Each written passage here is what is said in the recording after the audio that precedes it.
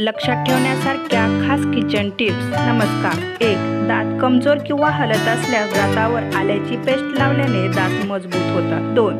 दुपारी जेवण केल्यानंतर विश्रांती घेतल्याने मेंदूला शक्ती मिळते. 3. अननसाचा रस पिल्याने त्वचा लवचिक आणि हायड्रेट राहण्यास मदत होते. मुरुमावर उपचार करण्यासाठी अननस फायदेशीर आहे. 4.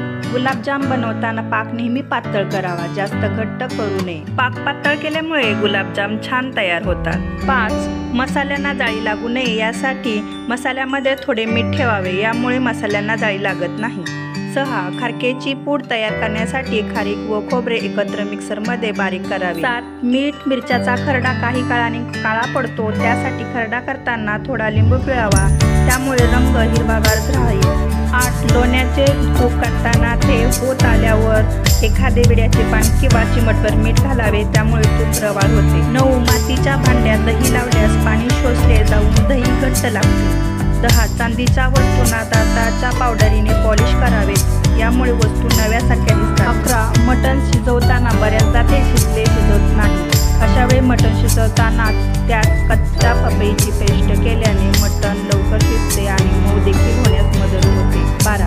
बटाटे किंवा अंडी उकडताना त्यात थोडेसे मीठ घातल्याने ते फुटत नाही, त्याचबरोबर चव देखील चांगली लागते. 13. टोमॅटो, मुळा, बीट किंवा गाजर टवटवीत दिसण्यासाठी मिठाच्या पाण्यात रात्रभर ठेवावे. 14. सकाळी उठल्यावर नंतर बऱ्याच लोकांना चहा किंवा कॉफी घ्यायची सवय असते. अनेकांचे असे म्हणणे आहे की त्यामुळे ताजे आणि उत्साही वाटते, पण जास्त प्रमाणात कॉफी पिणे आपल्या आरोग्यास हानिकारक ठरू शकते.